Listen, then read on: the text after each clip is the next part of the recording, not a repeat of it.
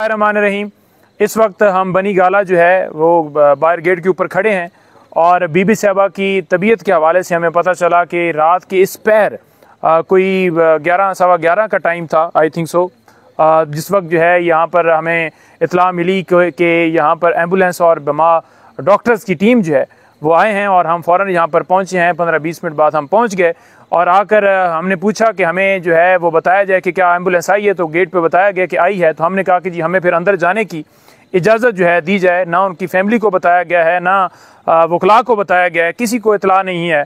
और अचानक से इस तरह से एम्बुलेंस का रात को आना, तो कम से कम फैमिली को, उनके घर वालों को बताना चाहिए था, लेकिन उन्होंने हमें अंदर नहीं जाने दिया। 1-1.5 घंटा एम्बुलेंस जो है वो डॉक्टर्स के हमरा वहाँ पर अंदर रही और जब बाहर निकले हैं तो हमने डॉक्टर से पूछने की कोशिश इस तरह से की कि वो जब निकले हैं गेट के बाहर तो हमने जो गाड़ी है उसको रोकने के लिए कोशिश की कि जनाब हमें बताया जाए।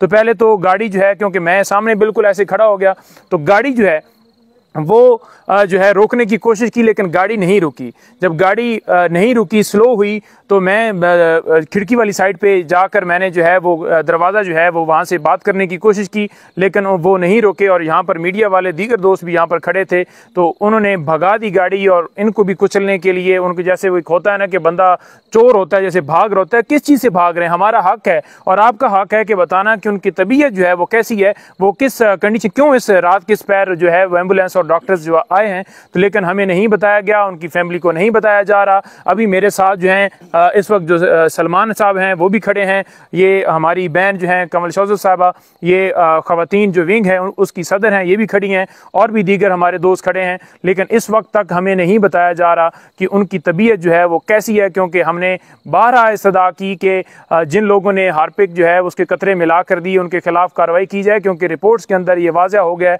जो ज़ख्म है वो खुराक की नाली के अंदर और जो मैदे के अंदर और जो तेज़ाबियत की मिकदार है वो ज़्यादा पाई गई है।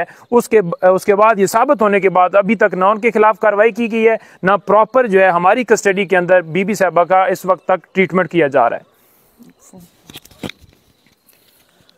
हाँ जी, बिस्मिल्लाहिर्रहमानिर्रहीम। इस वक्त हम बनी गाला में खड़े हुए हैं बेबसी की हालत में, और इस वक्त जिस तरीके का जुल्म और फस्तायत बर्पा की गई है इस मुल्क में, साबिक वज़ीर आज़म की अहलिया बुशरा बीबी को चोरों की तरह रात को आके डॉक्टर्स की टीम ने देखा है, उनकी तबीयत ख़राब है, उनकी सेहत ख़राब है, जिसका ना उनके घर वालों को बताया जा रहा है, ना हम में से किसी को मालूम है। और अंदर उनके साथ क्या सलूक हो रहा है वो इस वक्त किस हालत में हमें कुछ मालूम नहीं है। हम अंदर जाना चाहते हैं, लेकिन जो हमारे साथ फस्तायत का एक रवैया रखा गया है उसके तहत हमें पहले बैरियर से भी आगे नहीं जाने दिया जा रहा।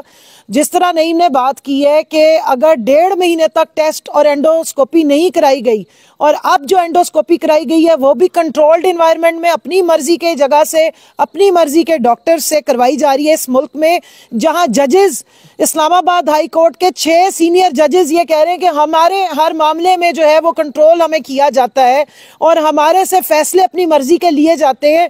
वहां मैं पूछना चाहती हूँ कि क्या कोई आज़ाद इस तरीके से डॉक्टर रिपोर्ट दे सकता है? डॉक्टर की रिपोर्ट के मुताबिक 1.5 महीने के बाद भी बुशरा बीबी के जो सोजिश है गले में और जो तेज़ाबियत के लेवल है और जिस तरह के ज़ख्म है वो ये इंडिकेट करती हैं कि उनको कोई जहरीला मवाद दिया गया है। और खुदा न खास्ता उनकी सेहत जो बिगड़ी थी, जो बार बार वो कह रही थी कि मेरे हलक में छाले हैं, मेरे से ज़ुबान और होंठों की स्किन मेरी जो है वो फट रही है और मेरे से बात नहीं होती, तो उस वक्त भी उनकी किसी बात को जो है वो सीरियस नहीं लिया गया। मैं पूछना चाहती हूँ, क्या बुशरा बीबी जो है उनका और कुलभूषण यादव का एक जैसा प्रोटोकॉल है इस मुल्क में? इस मुल्क में आपने जो असली दहशतगर्द हैं उनको तो आप लाते हैं वीआईपी प्रोटोकॉल में, और एक साबिक वजीर आजम की जो खातून अव्वल है उनकी बीवी है, उनके साथ जिस किस्म का सलूक रवा रखा गया है, ना ये हमारा मुआशरा, ना हमारा मजहब, ना हमारी जमहूरियत इसकी इजाज़त देती है।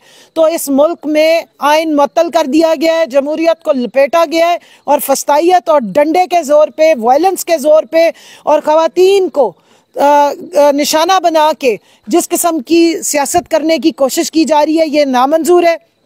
हमारी डिमांड है फौरी तौर पे हमें बुशरा बीबी जो साबिक खातून अव्वल है, हमें उन तक एक्सेस दी जाए। हमें पता चलना चाहिए कि उनकी इस वक्त क्या सिचुएशन है, उनकी तबीयत कैसी है, और उनको जो हमारे डॉक्टर्स हैं, शौकत खानम हॉस्पिटल के डॉक्टर्स तक एक्सेस उनको दी जाए ताकि उनका प्रॉपर इलाज कराया जाए।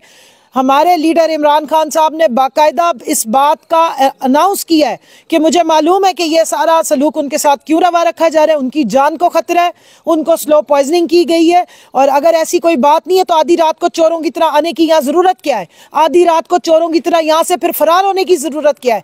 आधी रात को चोरों की तरह एम्बुलेंस क्यों लाई गई है? अगर हर चीज़ ठीक है, हर चीज़ नॉर्मल है, तो इस किस्म का रवैया क्यों रखा जा रहा है? क्यों एक्सेस नहीं दिया जा रहा है? क्यों एक पर्देदार, एक बाकिरदार और एक घरेलू खातून के साथ इस किस्म का जुल्म रवा रखा गया है? साफ जाहिर है कि सिर्फ और सिर्फ मकसद ये है कि इमरान खान को झुकाया जाए, उनको तोड़ा जाए और अपनी मर्जी का NRO जेल में बैठे कैदी नंबर 804 से लिया जाए। ये उल्टी गंगा बह रही है। अब इनको 804 कैदी नंबर से जो NRO चाहिए, उसके लिए सारा जुल्म और सितम जो है और जो 2 नंबरी है वो बुशरा बीबी के साथ की जा रही है, जिस पे हम एहतजाज भी करते हैं और हम डिमांड करते हैं कि हमें फौरन उनसे एक्सेस दी जाए। हमें पता चलना चाहिए कि इस वक्त उनकी क्या सिचुएशन है, वरना जो हमारे लीडर ने बात की है हम उस पर बिल्कुल कारबंद है कि जो जिम्मेदारान है फिर उन्हीं से ही निपटा जाएगा।